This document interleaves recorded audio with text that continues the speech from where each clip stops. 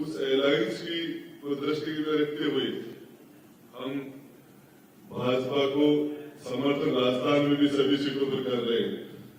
और ये जहां भी हमारे मुख्यमंत्री जी भजनलाल जी और हमारे राजस्थान की सरकार, हमारी पार्टी, हमारा जो अलायंस और बीजेपी है, इसमें जिस जगह काम करना है, जो भी उनके निर्देश होंगे, जो भी सूट करेगा उस हिसाब से हम काम करेंगे।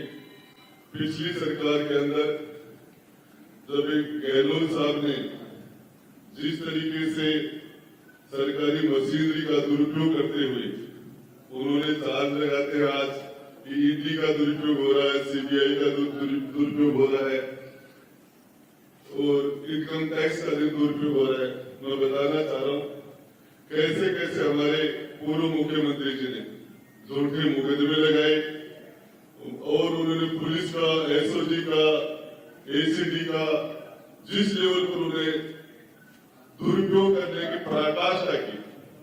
मेरे खुद के 6 से 7 मुकदमे झूठे लगाए। किस तरह एक जोधपुर में पिपाड़ का मामला था और एक पोस्को मामले के अंदर, कहीं किसी महिला के मामले के अंदर मुझे वहां से जोड़ने की कोशिश की गई। जब मैंने विधानसभा में राजस्थान महिलाओं के अत्याचार में 1 नंबर पर आ गया था और इसके खिलाफ से 2 बातें मैंने रखी कि अपने गिरेबान में झांके देखो, तुम हिंदुस्तान की मणिपुर की बातें करते हो। तो उसके बाद गहलोत हमारे मुख्यमंत्री जी उस टाइम के, उन्होंने मुझे सरकार से बर्खास्त किया और उसके बाद भी तरह तरह के जिस तरह मुकदमे लगा के उन्होंने जो किया, उन सारी बातों को ध्यान में रखते हुए हम सभी ने यह फैसला किया, हमारी पार्टी ने, मेरे समर्थकों ने, कि हम राजस्थान की सभी 25 सीटों के ऊपर भाजपा को मजबूत करने का काम करेंगे।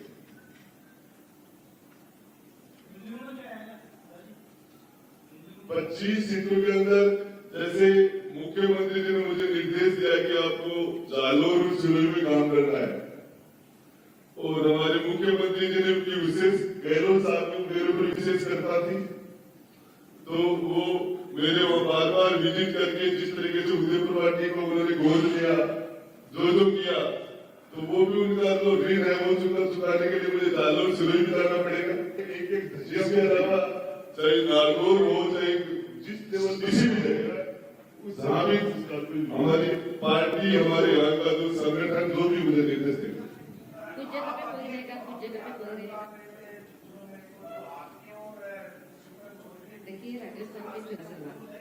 हमने 3 चुनाव आमने सामने लड़े हमने और यात्रा करी। हम तो लोगों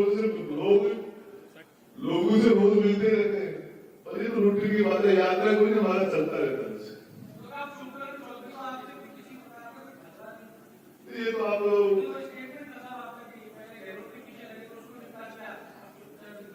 नहीं, ऐसी कोई बात नहीं है। जब राष्ट्रीय स्तर पर कोई फैसले हुए हैं और जिस लेवल पर ये हमारा एकनाथ शिंदे साहब का और राष्ट्रीय स्तर पर जो फैसला है, तो उसके अंदर ही बात है। देखिए, सरकार राजधानी का तो ये रिजल्ट है कि आज अशोक गहलोत साहब पास किए गए हैं और भी मतलब आचार संहिता देखो, उसके बाद देखना काफी कुछ होगा। 100% जब जिस चीज को हमारे हिंदुस्तान के प्रधानमंत्री ने जिस बात को कहा है, गृह मंत्री ने कहा है, मैंने कहा है, सारे लोगों ने एक बात खड़गे साहब ने कहा है, इसमें तो 2 चीजें आ रही। आपको जब विधानसभा में वो उसको टेबल करना चाह रहा था, मैं तो टेबल कर ही रहा था हाउस के अंदर, तो फिर उस टाइम में टेबल क्यों नहीं करने दी? बिल्कुल, देखिए इसके अंदर अभी चुनाव आचार संहिता है, इसके बाद में पार्लियामेंट चुनाव के बाद में जो लोग हैं जिन्होंने भ्रष्टाचार किया है, जिन्होंने जो भी किया है, वो मिलकर ये उससे सजा मिली।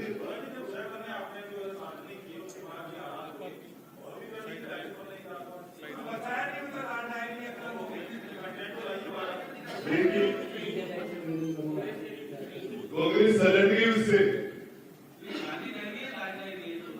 देखिए उनसे कांग्रेस सलट गई। मोदी जी से बढ़िया नेतृत्व नहीं हो सकता। इस चीज को ध्यान में रखते हुए छोटी बात है।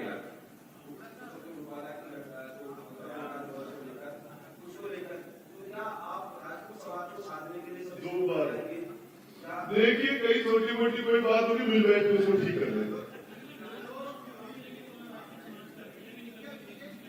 देखिए, जहां भी कोई बात होगी, किसी की भी जो भी उनके तथ्य होंगे उनके सुनने का समाधान बैठ के बातचीत किया जा सकता है। करेंगे।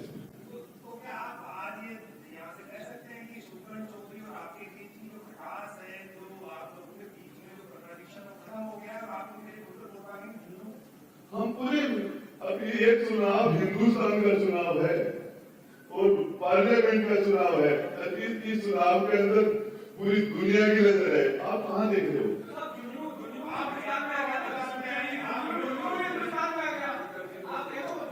देखिए, पूरे हिंदुस्तान लेवल के ऊपर हमारा और बीजेपी का नेचुरल अलायंस है और इस अलायंस के अंदर ये जिस लेवल पर फैसले हुए हैं वो उस लेवल पर ये सारी बातें उस पर आ जाती है।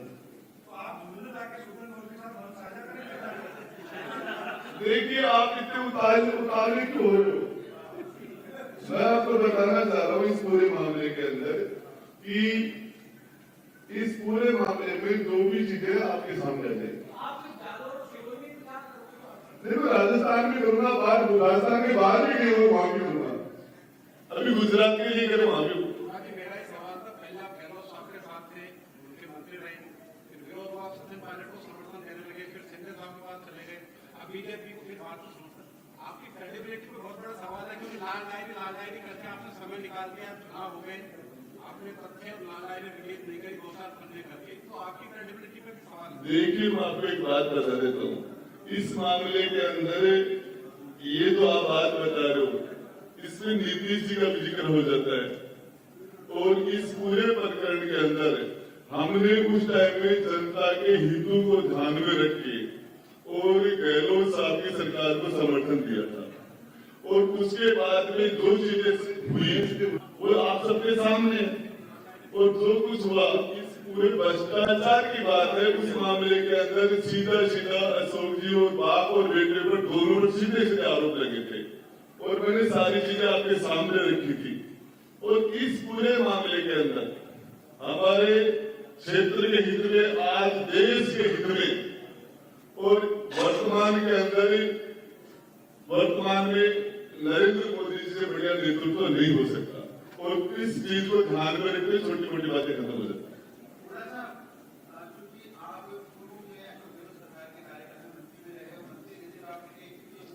दो बार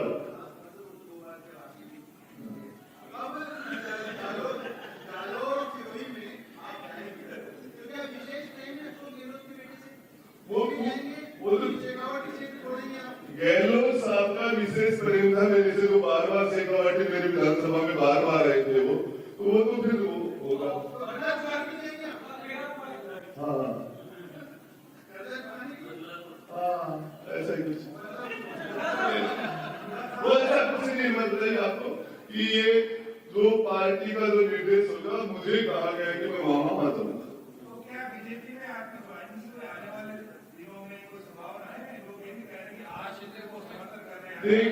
देखिए ऐसी कोई बात है, अभी जो हम बैठे हैं हमारा अलायंस है और ये बहुत ही नेचुरल अलायंस है और उस अलायंस के हिसाब से हम आज बीजेपी को सपोर्ट कर रहे हैं और इसको हर लेवल पर सपोर्ट कर रहे हैं। भविष्य में बीजेपी ज्वाइन करने की कोई संभावना नहीं है आपकी? इस मामले के अंदर आपने इसका मैं जवाब हाँ में दे दो। हाँ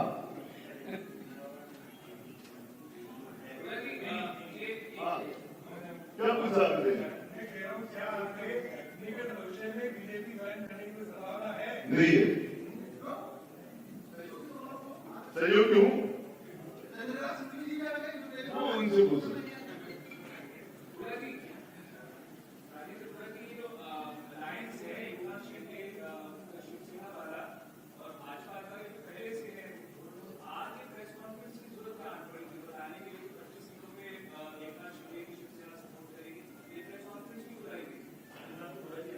देखिए, मैं आपको बताऊं, राजस्थान के अंदर मैं शिवसेना का कोऑर्डिनेटर हूँ और इसके अंदर चुनाव की दृष्टि में तो रणनीतिक दृष्टि से 2 स्टेप तो उठाए कहाँ दिक्कत है? उसमें तो 10 दिन पहले होता, आज 5 दिन बाद। तो क्या एक नाथ शिंदे से आपकी बात हुई कि हमारा नेचुरल अलायंस है, पूरे हमारे हम मिलकर चुनाव लड़ रहे हैं और इसके अंदर ये बात है। साइड वाले हमारे साइड वाले हर लोग